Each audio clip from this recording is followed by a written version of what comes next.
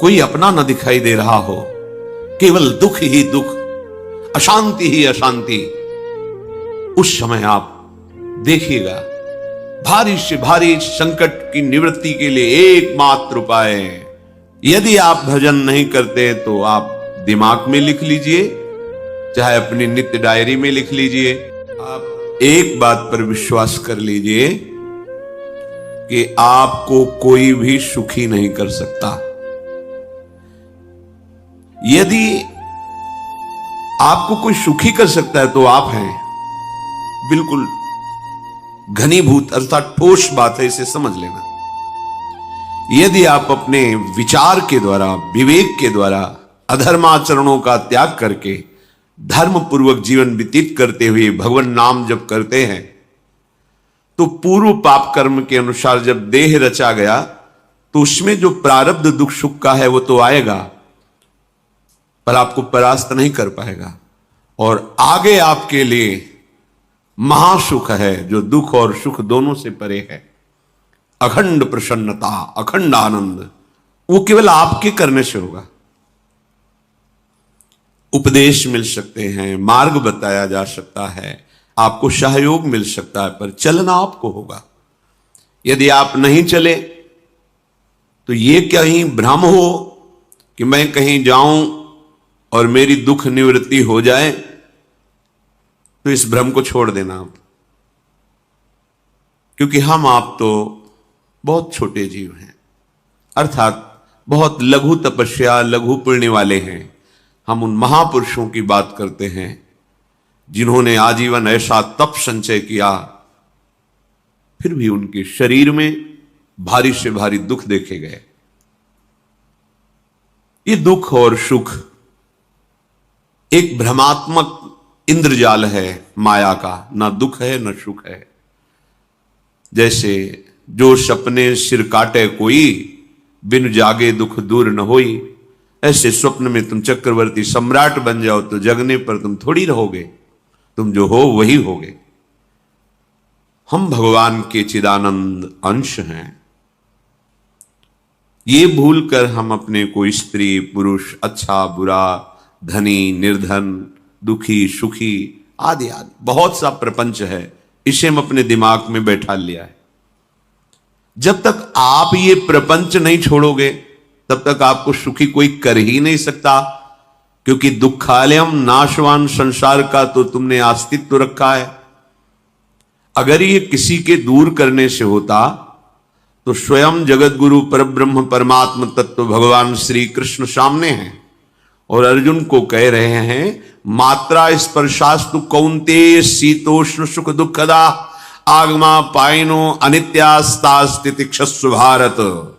हे भारत, हे अर्जुन, ये आने जाने वाले अनुकूलता प्रतिकूलता, गर्मी शीतलता, अर्थात काम क्रोध लोभ मोह मद मत्सर अपमान निंदा, ये सब ताप पहुंचाते हैं। अनुकूलता सम्मान यश कीर्ति धन वैभव, मानी हुई मान्यता, ये सब शीतलता पहुंचाते हैं। ये उष्णता और शीतलता, अनुकूलता और प्रतिकूलता आने जाने वाले हैं। भगवान ये नहीं कह रहे मैं मिटा दूंगा, कह रहे तास तितिक्षस्व भारत। हे अर्जुन, ये तुम्हें सहना होगा। यदि तुम इससे सह गए तो तुम्हारे हृदय में ऐसी स्थिति प्रकट हो जाएगी कि फिर ये स्पर्श भी नहीं कर पाएंगे। सहने से तुम्हारी भक्ति बढ़ेगी, तुम्हारा चिंतन बढ़ेगा, तुम्हारा स्मरण बढ़ेगा, सत्य वस्तु के लिए, सत्य तत्व के लिए तुम सुखी हो जाओगे। बिल्कुल खुली बात। आडंबर नाटक पाखंड इसकी जरूरत नहीं।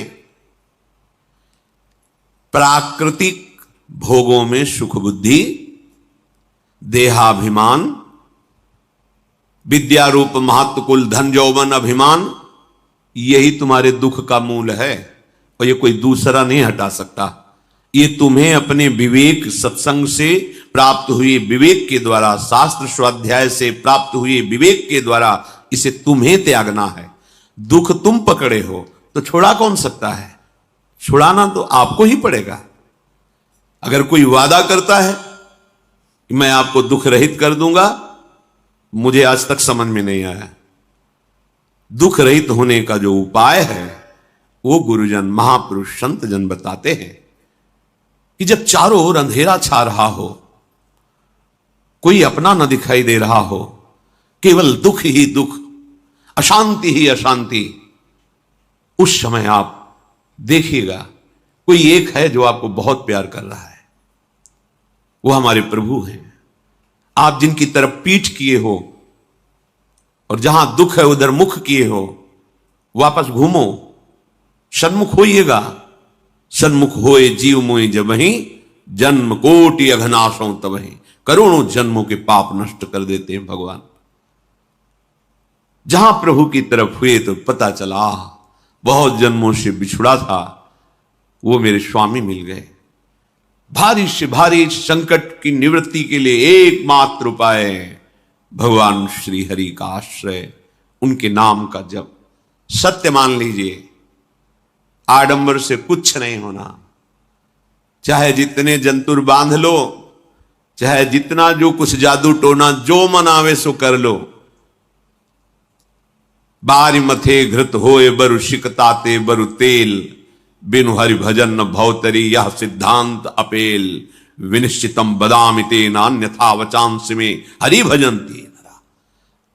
अटल बात है, यदि भजन नहीं करोगे तो तुम्हें कोई सुखी नहीं कर सकता।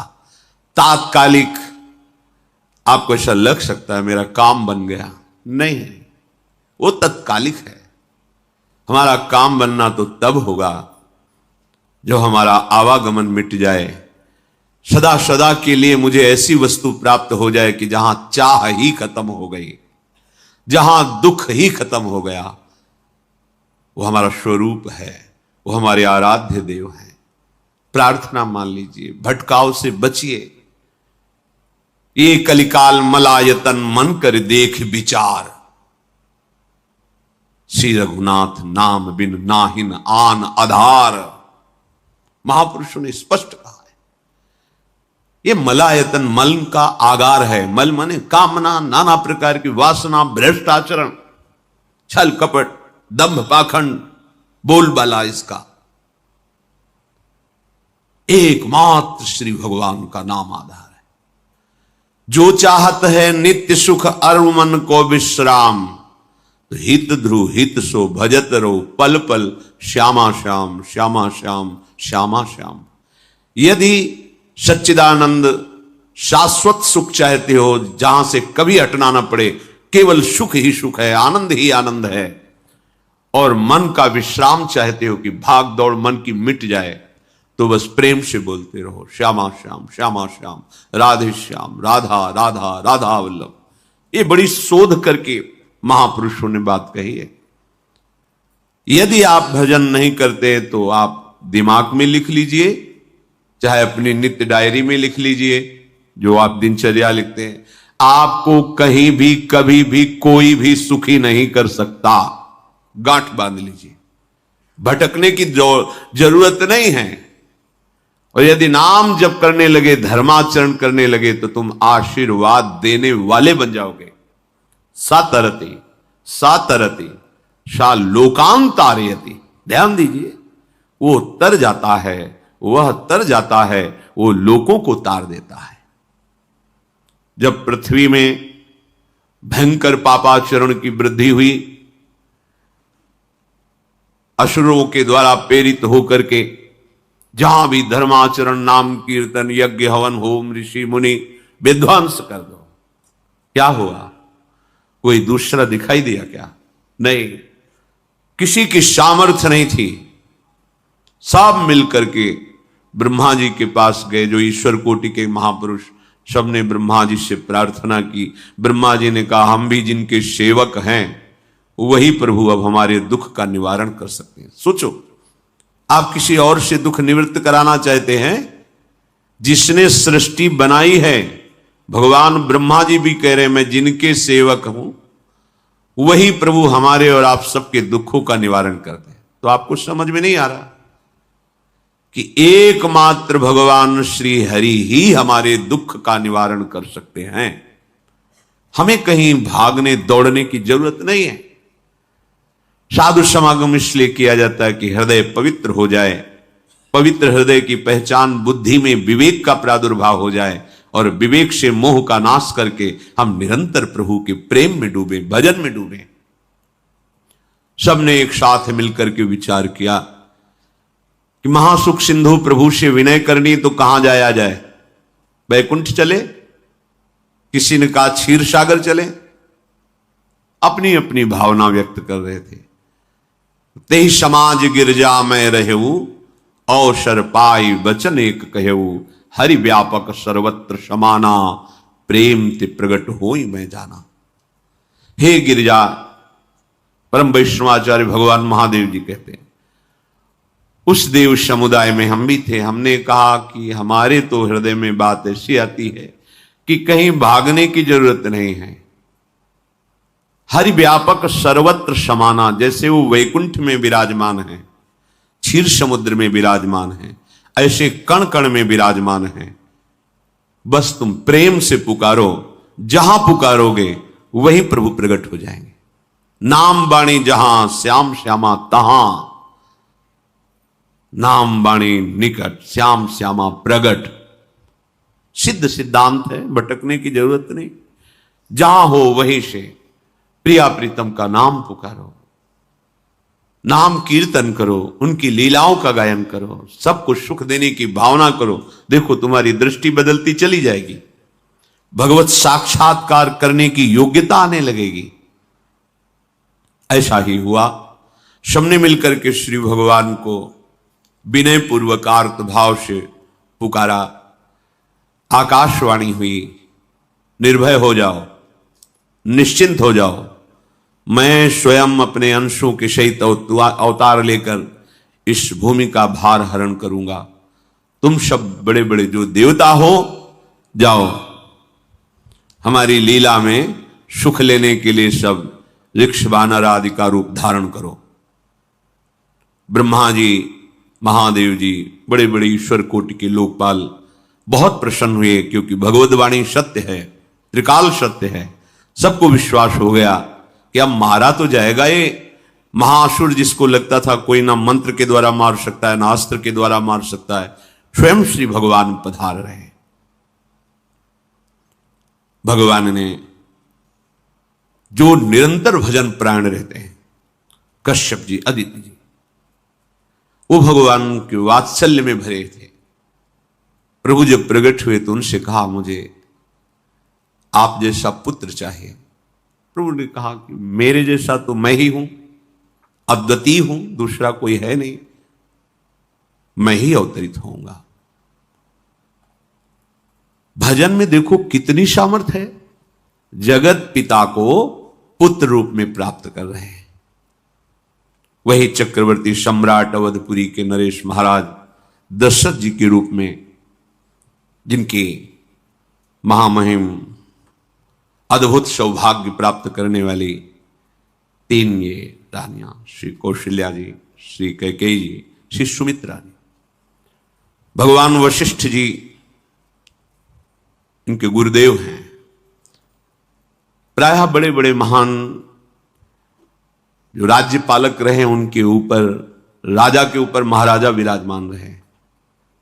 ऊपर से स्वर्गलोक आदि लोकों से भी यह शिक्षा मिली है। देवराजेंद्र तो भगवान बृहस्पति, दैत्यराज बलि तो भगवान शुक्राचार्य, जनक जी तो सदानंद जी महाराज, दशरथ जी तो वशिष्ठ जी महाराज। ऐसा था, क्योंकि जहां हमारा विवेक काम नहीं करता, वहां ये ब्रह्मबोध संपन्न महापुरुष तत्काल हमको संभालते हैं। महाराज दशरथ जी के हृदय में प्रबल लालसा हुई कि अब अवस्था व्यतीत होती जा रही है, पर जो गृहस्थ धर्म का परम लाभ है वो तो हुआ ही नहीं। वशिष्ठ जी के चरणों में प्रणाम करके कहा, भगवान एक ही बात की असंतुष्टता है, हमारे कोई पुत्र नहीं है। वशिष्ठ जी ध्यानस्थ हुए, ध्यान में देखा और उनका, तुम्हारा जैसा सौभाग्य अन्य का किसी का नहीं हो सकता। तुम्हारे यहां स्वयं सच्चिदानंद भगवान श्री हरि अपने अंशों के साथ अवतरित हो रहे। श्रृंगी ऋषि को बुलाया गया, पुत्रेष्टि यज्ञ करी, उसमें साक्षात भगवान अग्निदेव प्रकट होकर के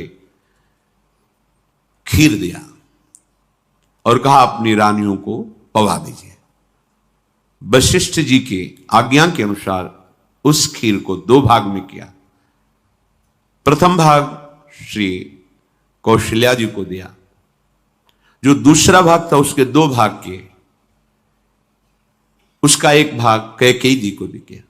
अब जो 1 भाग बचा उसके 2 भाग किए और वशिष्ठ जी की आज्ञा के अनुसार एक माता कौशल्या जी को, एक कैकेयी जी को दिया।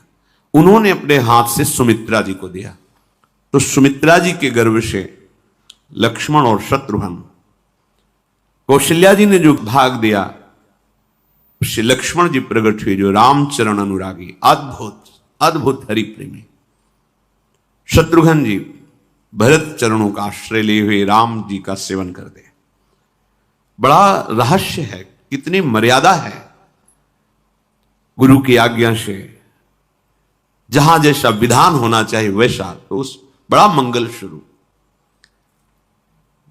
ये महामहिम जगत पावन करने वाली माताएं मानो अपने गर्भ में अखिल ब्रह्मांडों के स्वामी को धारण किए हुए हैं, जिनके गर्भ में अनंत ब्रह्मांड वास करते हैं, उन प्रभु को अपने गर्भ में धारण करने का अनुभव कर रहे हैं। महाराज दशरथ बहुत प्रसन्न है। ये जीवन का परम लाभ है।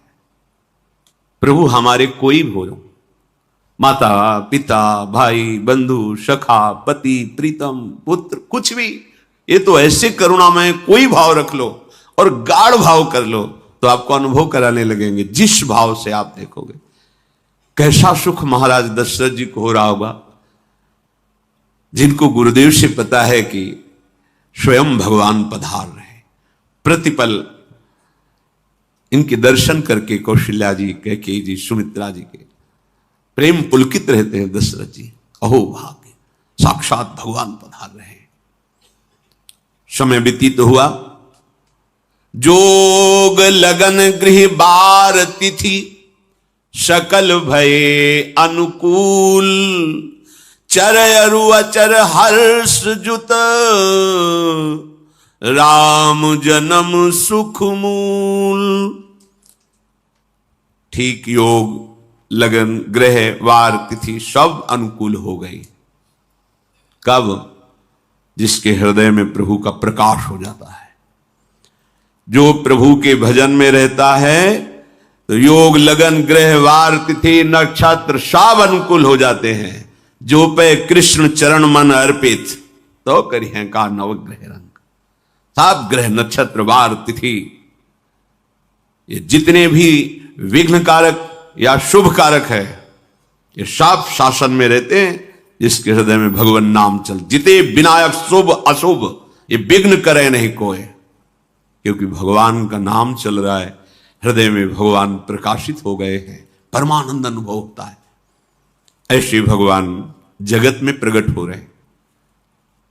ये तो कभी कभी अवतार होता है, पर ये अवतार होता ही रहता है। भगत के हृदय रूपी महल में अवतार होता रहता है।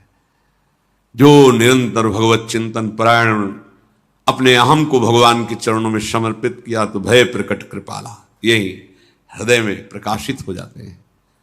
हृदय में ही दिव्य वृंदावन प्रिया प्रीतम दिव्य लीला।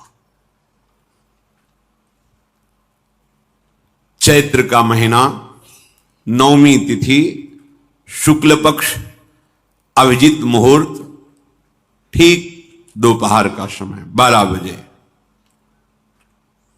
सब लोगों को परमानंद प्रदान करने वाले प्रभु पधारे। शीतल मंद सुगंधित वायु बह रही है। देवताओं की दुंदुभियां बज रही, पुष्पों की वर्षा हो रही। बड़े बड़े ऋषि मुनि नृत्य कर उठे, जैसे साधना को फल मिलता है हृदय आनंद में। आज समस्त साधनाओं के फल स्वयं मंगल मूर्ति प्रभु पधार रहे।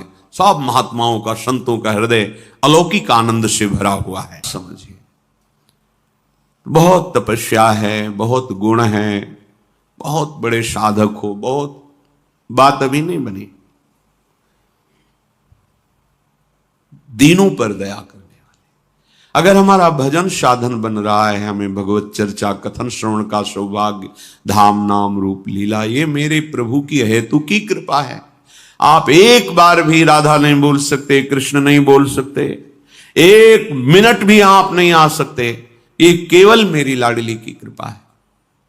हृदय में किंचन मात्र गर्व नहीं, अभिमान नहीं, वो हमारे भगवान को बहुत प्यारा होता है, प्रियालाल को बहुत लाडला होता है। हमें प्रभु के अगर चरणारविंद के अनुराग में डूबना है तो विवेक से देखो है क्या पास हमारे। अगर कुछ भी दिया हुआ है भौतिक आध्यात्मिक, वो सब मेरे प्रभु का दिया हुआ है, तो गर्व किस बात का, अहंकार किस बात, तो दैन्यता आ जाएगी। अज्ञान से ये अहंकार बढ़ता है, ज्ञान से इसका समन हो जाता है। चाहे भौतिक हो चाहे आध्यात्मिक हो, मेरे को सब कुछ मेरे प्रभु ने तो दिया है। ध्यान देकर देखो तुम्हारी उपज क्या है, तुम भी तो उन्हीं के अंश हो। न तुमने शरीर बनाया, न संसार बनाया, तो फिर अध्यात्म तो भौतिक अध्यात्म सब कुछ मेरे प्रभु का दिया हुआ है, सब कुछ प्रभु में है, तो फिर अहंकार किस बात का, दैन्य हो जाओ। यंत्र कहे कि मैं दक्षिण की तरफ चलूंगा और यंत्री तुम्हें उत्तर की तरफ चलावे तो एक कदम चल नहीं सकता यंत्र, ठीक ऐसे ही तुम हो। पर यह ज्ञान ना होने के कारण अहम वृत्ति को स्वीकार करके मनमानी आचरणों में उतर गए। अब तुम्हारा यंत्री माया हुई, यंत्रारूढ़ानि मम मायया। और यदि भगवद आज्ञा का पालन करते हुए भजन परायण, तो आप भगवान के हाथ के यंत्र बन जाओगे, महासुख में निमग्न हो जाओगे। जो दीनों पर सदैव दुलार करते हैं, माता कौशल्या जी को परम सुख देने वाले प्रभु प्रकट हुए। मुनियों के मन का हरण करने वाले प्रभु को सामने देख करके कौशल्या जी आनंद मगन हो गई। प्रभु कहां? सामने। आनंद क्यों मगन? नेत्रों से अश्रुधारा चल रही कौशल्या जी के सामने देखा, श्याम सुंदर विराजमान है, लोचन अभिरामा तनु घन श्यामा। ऐसी अद्भुत श्यामता त्रिभुवन में नहीं, ब्रह्मा जी की बनाई हुई नहीं कोई ऐसी श्यामता जिससे उदाहरण दिया जाए कि प्रभु के श्रीअंग की श्यामता कैसी है। वो बस संकेत के लिए चंद्रशाखा न्याय के अनुसार भले कह दे, नहीं प्राकृतिक ऐसी रचना ही नहीं है जो हमारे प्रभु की इंद्रनील मणि श्याम मनोहर, वो है ही नहीं।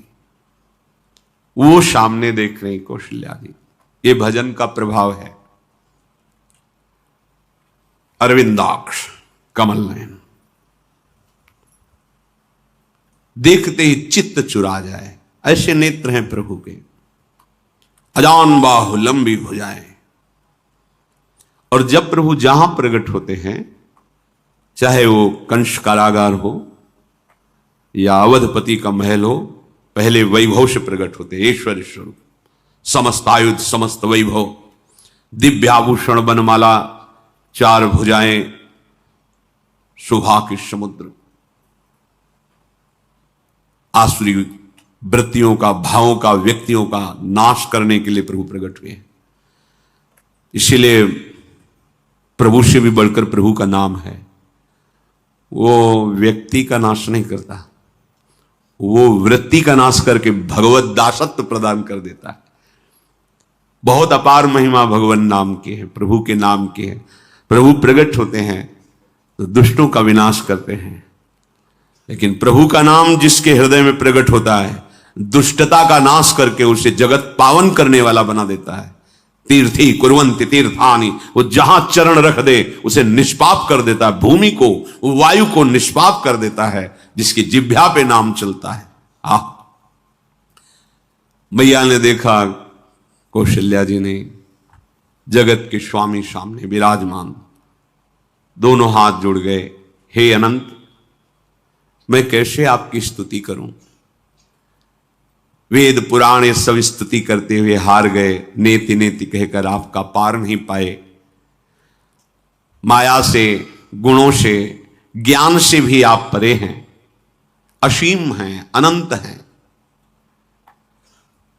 श्रुतियां संतजन सदैव आपका यश गान करते रहते हैं। हे दया के समुद्र, हे शब्द सुखों के धाम, गुणों के धाम, भक्तजन सदैव आपका गान करते रहते हैं। आज वही प्रभु मेरे सामने प्रकट हैं। हे श्रीपति, आप मुझे सुख प्रदान करने के लिए मेरे नेत्र गोचर हुए।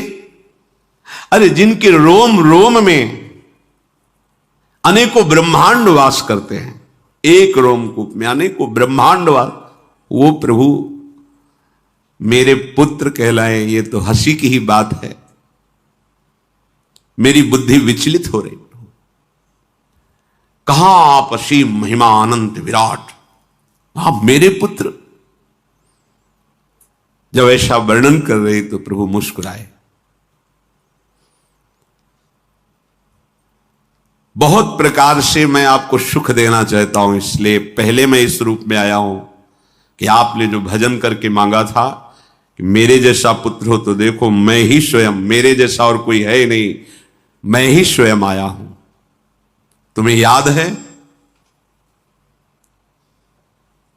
याद, स्मृति आई। हां प्रभु। फिर प्रभु अब इस रूप में नहीं।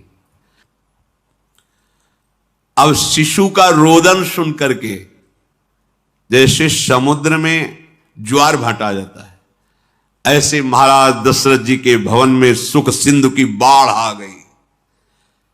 महारानी कौशल्या जी ने शिशु का जन्म किया। ऐसा जन्म हुआ है जन्म मरण मिटाने वाला। आप सोचते होंगे कि ये प्रिया प्रीतम के अनुरागी, हम आपको सच्ची कहते हैं, हम इनकी बात कर रहे हैं ना तो दिमाग में रील कुछ और ही चलती है। हमें